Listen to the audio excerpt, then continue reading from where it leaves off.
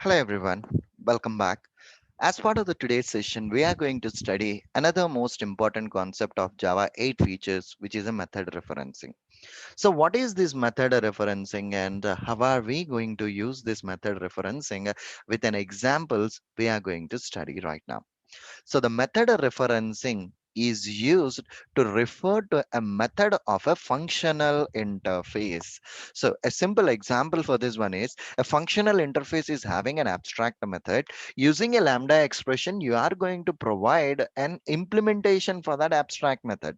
So what are we doing with respect to the method referencing means we are not writing down any new logics.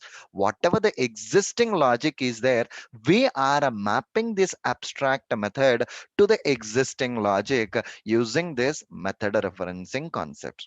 And this is a easy and an alternative form of a lambda expressions.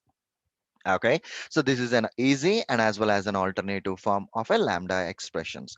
So to explain this one more practical way, so I just created an interface and I have added one abstract methods. And as I have mentioned, this method logic, we are referring to some other logic. So here I have created a new Java class in which I'm writing down a logic which is a delete. So assume that for now delete is a static method. So public static void delete system.out.println delete. This is the logic that I have created. So earlier, how you use it to provide the implementation for the abstract method using a lambda expression. How? This is what an expression is, and inside the braces, you have a specified this logic. Right. This is how you use it to provide a lambda expressions logic. Right. The same way, how are we going to deal with this particular one without a lambda expressions? So using a method reference. So the meaning is whatever the logic you want to implement for this login, I want to refer it to this delete. So here enter 8 space obj is equal to the class which is holding that respective method followed by the method name. That's it. So this is an interface which has only one abstract method. That method logic we are referring to this class and this particular methods. That's it. So the method whatever we have in this functional interface is going to refer to this logic. So more or less, if you call the abstract method, internally it's going to execute the referred method itself.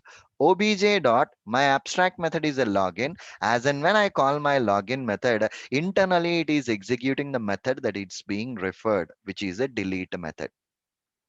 Perfect, which is a delete method. So what is the advantage of this method references? Using this one, we can establish a code reusability. More code reusability is there using this particular method references.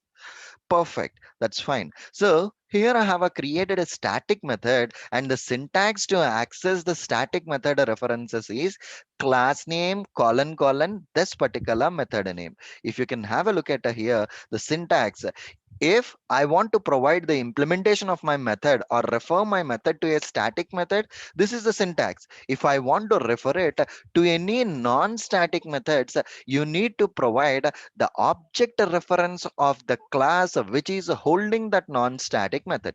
So here, comment these lines for now. And in this class, I'm going to create a one more non-static method this time.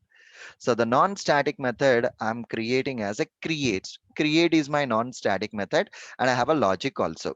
So to access this one or to refer my abstract method to this particular create, I need to create an object is equal to new orange 11. And now interface name space obj is equal to the object reference of that particular class which is holding the non-static method followed by the non-static method I have to specify ob dot whenever I call the login method, automatically the abstract method logic is referring to this create, and whatever the content we have in this create, it's getting executed. Okay, whatever the content we have in a create, it's getting executed. These are the two different ways how exactly we can use a method referencing. And usually, a kind of a question will rise in our mind. Do we have any rules in order to provide this method referencing? Of course, there is only one rule, that is, see here, this method, how many arguments are there? The referring method should have the same argument types and as well as the same set of arguments itself. See, in this situation, my login is not having any arguments.